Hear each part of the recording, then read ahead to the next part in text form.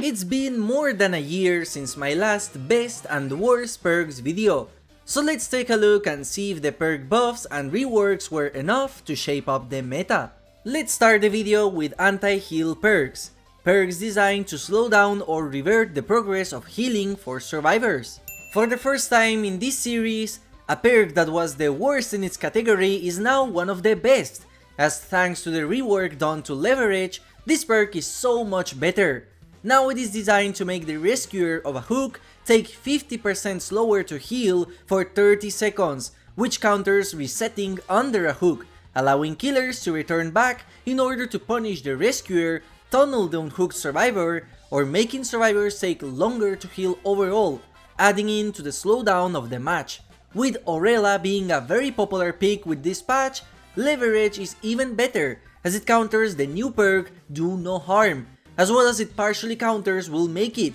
It is, however, soft countered by Resurgence and a self-healing medkit. Funnily enough, the next perk, No Quarter, does attempt to counter survivor self-healing with a medkit, but the effect is very underwhelming and will only work on survivors that are not paying attention or don't know this perk exists. No Quarter activates when a survivor is at 75% self-healing progress, and it turns into a merciless storm, constantly giving skill checks to the survivor until they finish healing. If they miss, they get broken for 30 seconds. The perk has potential for sure, but the issue is that the majority of competent survivors wouldn't miss a skill check once they know this perk is at play, and it also needs survivors to heal themselves, so it is completely useless and countered by altruistic healing. Next up, we got aura reading perks. Perks that will reveal the aura of survivors after certain specific actions. And I think unless they add a very busted aura reading perk, Lethal Pursuer will still be king.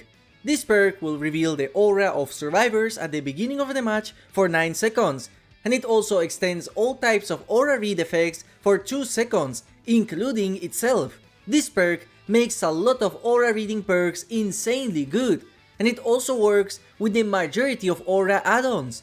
So if you are building an aura focused build, Lethal Pursuer gives you an insane amount of value. Now that Distortion is not as popular as before, this perk and all aura reading perks are stronger. As for the worst aura reading perk, I have to go with Human Greed, a new perk from Dracula with one of the weirdest concepts I have seen. Human Greed will reveal the aura of any survivors near 8 meters of an unopened chest for 5 seconds, and it will also allow you to close the chest once a survivor opens it. The perk by itself sounds cool, but it needs an entire build done around it to work. The main issue with this perk is that there are only 3 chests by default in a trial, with one of them being located inside the basement, which usually spawns away of the action, and the only way to increase that number is to have survivors bring coin offerings, which are exclusive for them, or by bringing Hoarder, which is a very bad perk. And unlike the majority of aura perks, this one does tell the survivors when it is active, so you cannot catch them even by surprise. So in the end, this perk is very niche. Next up, let's talk about buff perks, which are those that make actions and cooldowns faster. And wow, did Fire Up get a glow up with the Freddy Krueger rework. All they did to this perk is make each token give 2% more than before, and it made this perk from very useless to a really nice feels good pick that helps you in everything, like breaking pallets faster, kicking generators faster, vaulting faster, and picking up survivors faster, which can help you prevent a flashy save. This perk works with a majority of killers, and you can combine it with Brutal Strength and with Bamboozle in order to get an even faster action speed. Unrelenting, on the other hand, is by far the most niche and useless perk here, which is sad since it's a general perk for everyone and it seems to be designed for new players.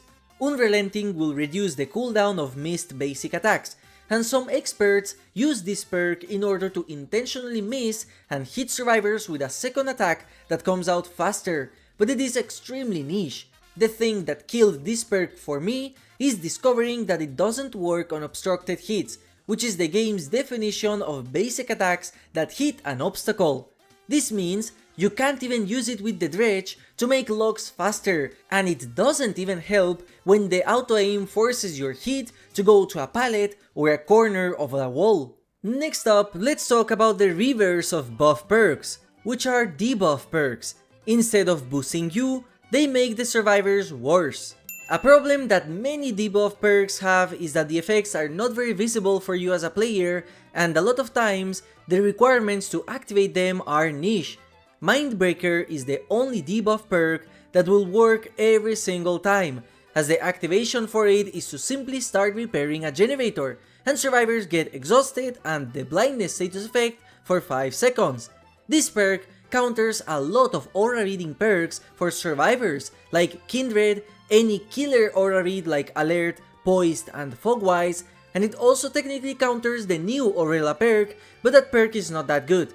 This perk works on all killers at all times, and it also messes up a lot of survivors that try to prevent the generator regression.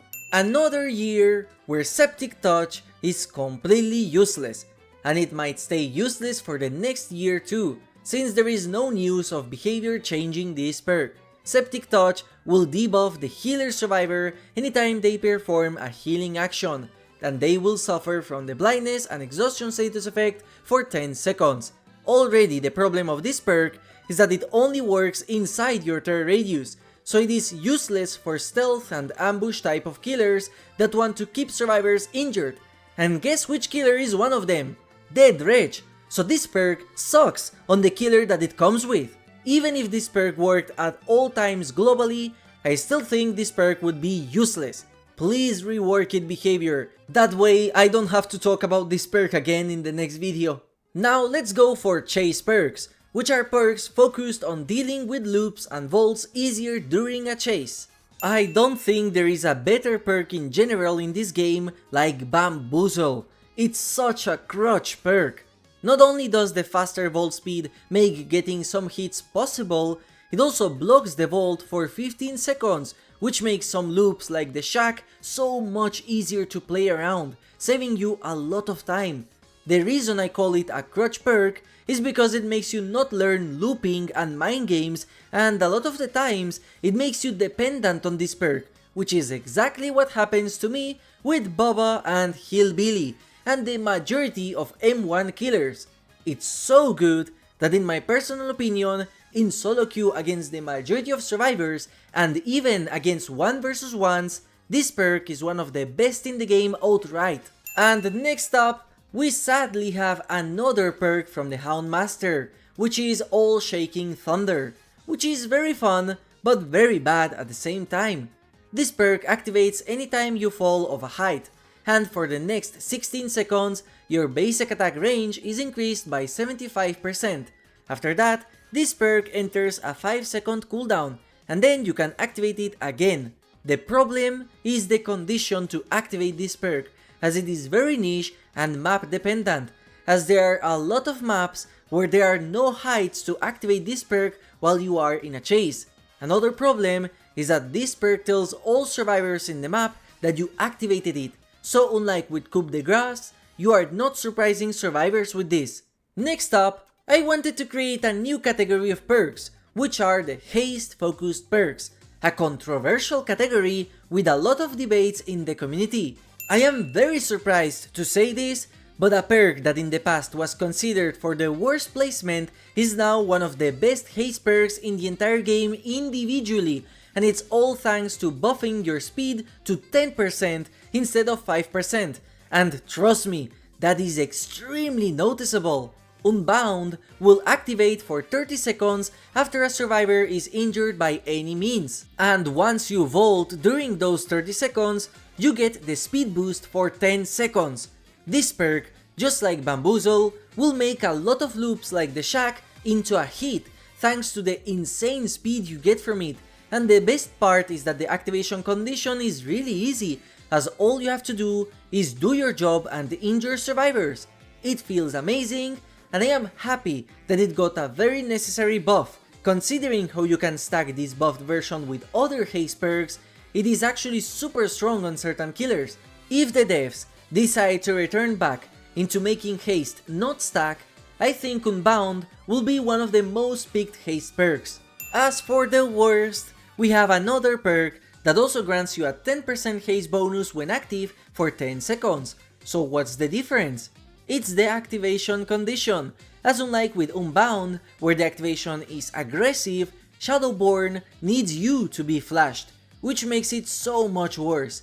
It is extremely niche, and even when it works, it sucks, because you are usually blinded while you are stuck in an animation, wasting time from this perk. Shadowborn is clearly a very bad design that doesn't need a buff, it needs a rework, as I don't think this perk would be used even if it gave a 20% haste bonus with that condition. Now let's start talking about generator perks, with the first category being generator blocking perks.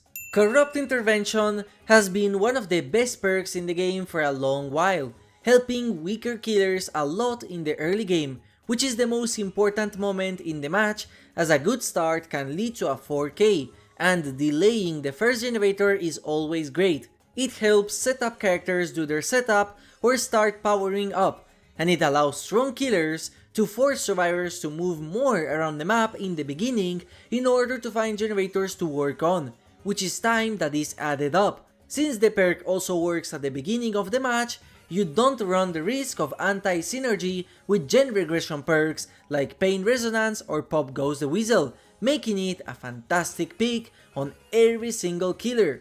So, Undone has changed placement since my last video, but the only reason as to why I did this is to not paint Trading Tremors in a bad light, since I love that perk. Can't say the same about Undone, an absolutely trash design.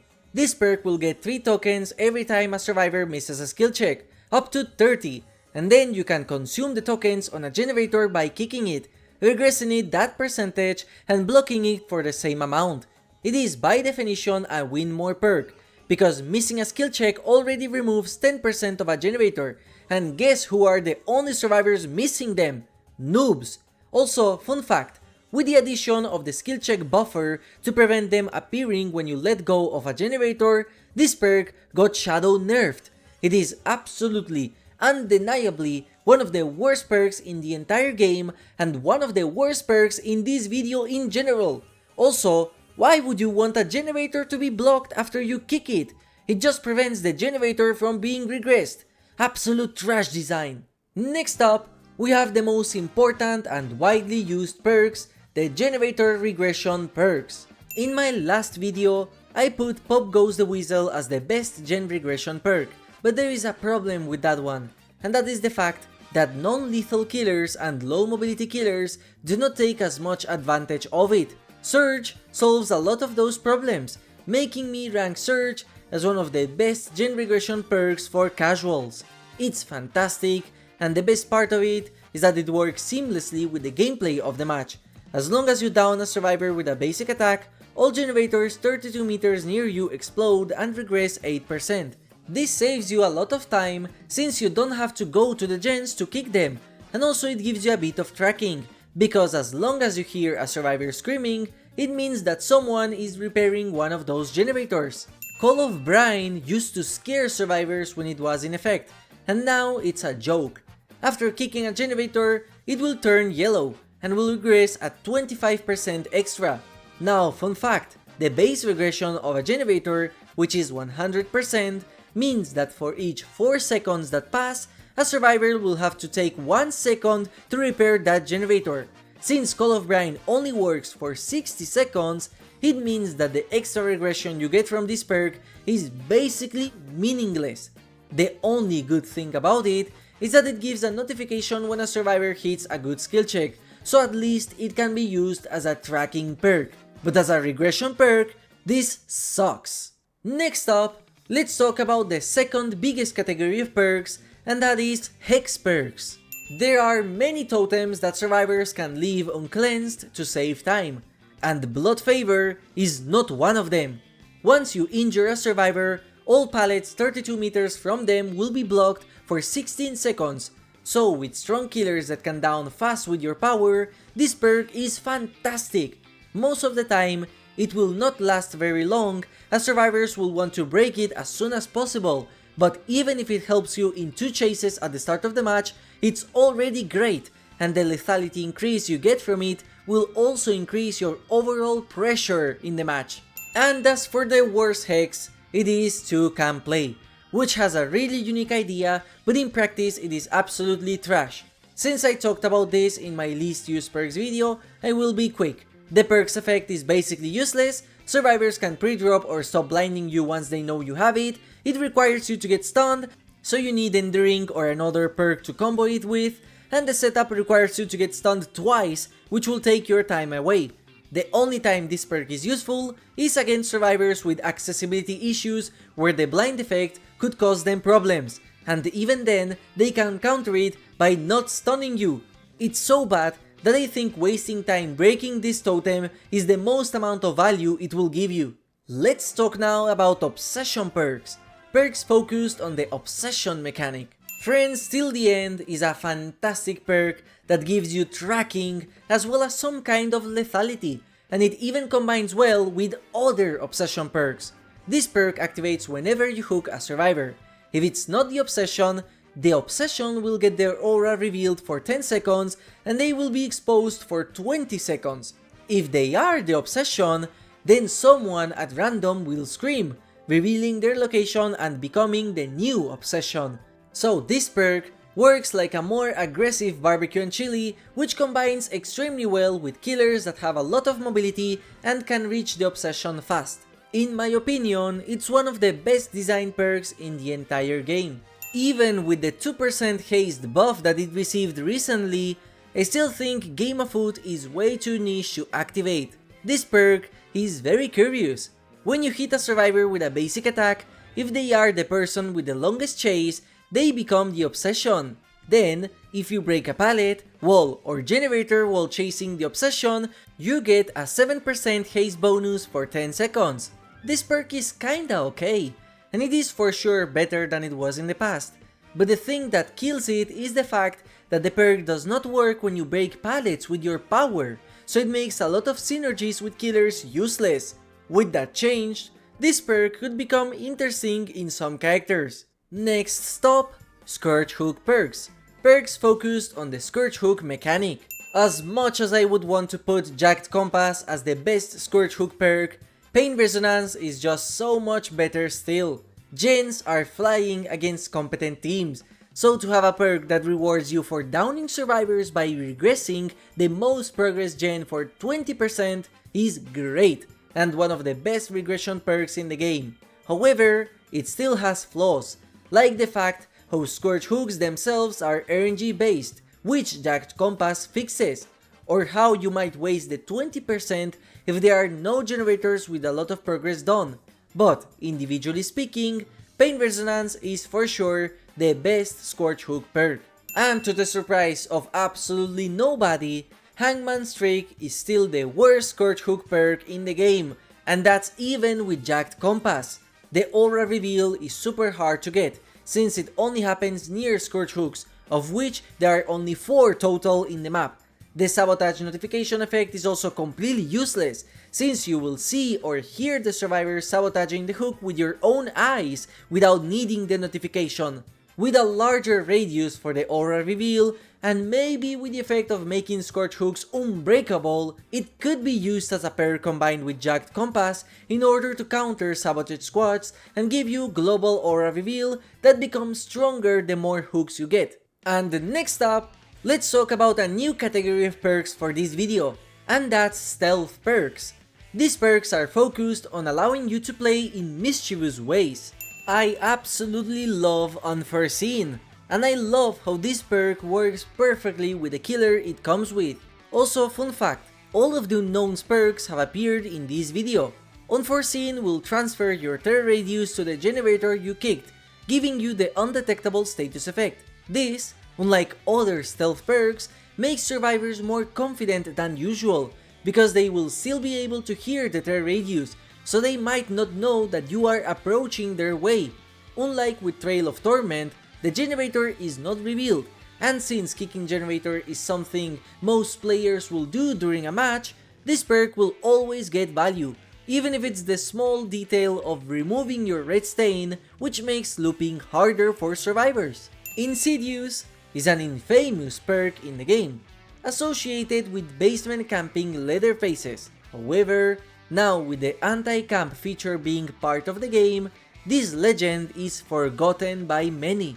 Only extremely niche builds can be done with this perk, rendering it on meme status, and even then, it might only get value once, so this is basically a content creator only perk. Next up, we got Tracking Perks, which are perks that help you locate survivors without aura reading. I don't care if this opinion makes me a lunatic, I actually think Spies is a very underrated perk that can give you insane value against stealthy survivors without them knowing you have it because of how niche it is.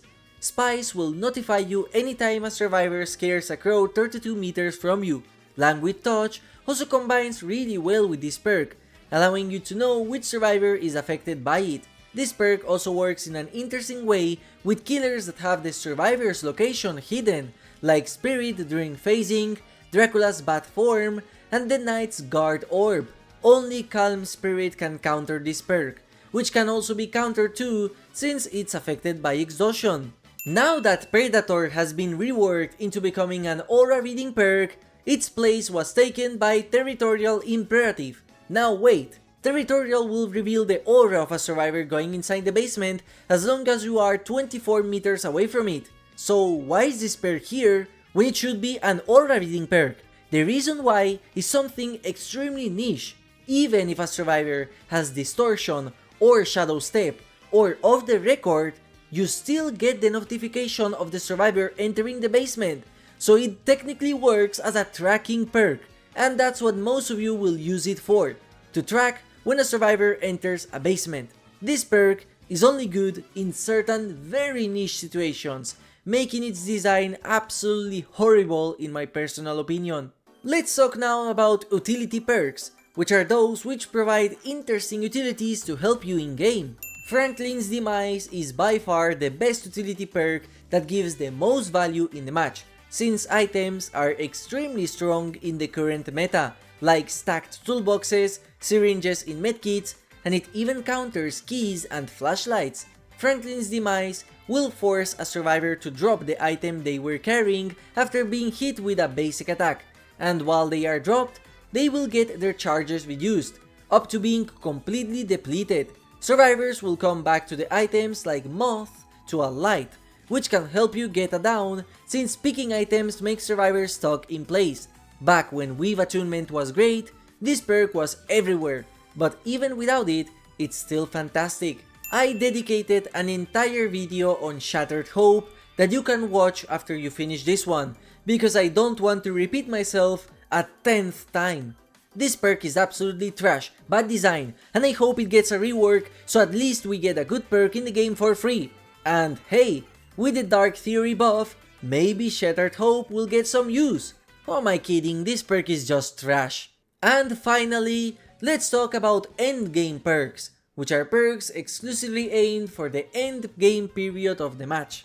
Now, I know that Hex Noed is a Hex perk, but it only works in the endgame, and I would argue that Hex Noed is one of the most impactful perks in the entire game, even used in competitive because of how good it is. Hex Noed will grant you a faster speed in the endgame as well as making all survivors exposed, so you can down them instantly, but it only works on basic attacks. This perk is extremely useful with low tier killers and can turn a lost match into a complete win thanks to it, and in order to counter this perk, survivors will have to find 5 totems before the last generator is repaired, which is easier said than done. And the most brutal part is that depending on where the Hex totem is, you can hook a survivor near it in order to confirm a sacrifice. This perk is the single reason as to why kill rates in low MMR are so high, and for some reason, I felt like it has become very popular lately, even with killers which usually never used it before like the Knight. And as the last perk in this video, let's talk about None Are Free, a new perk from Kaneki which works in a similar way to No Way Out. Each time you hook a fresh survivor, you get a token, and once the last generator is repaired, all pallets and vaults will be blocked in the endgame for 16 seconds per token, up to 64 seconds. It might sound insane, but the truth is that it is extremely situational as a perk. First, you have to hook all 4 survivors at least once to get maximum value, which, guess what, is easier said than done. And then you have to find a survivor in the endgame to get value of this perk again. It's not a passive endgame perk like No Way Out, which helps by extending your time. It's an aggressive type of perk, so as long as survivors see that it's in play, all they have to do is stealth in the endgame or pre-run in order to waste the most amount of your time, and the perk is countered. And that's about it for this video. Let me know if there is a perk you would have chosen as the best and worst, and if you think the categories are well divided. Thank you for watching, and have a nice day.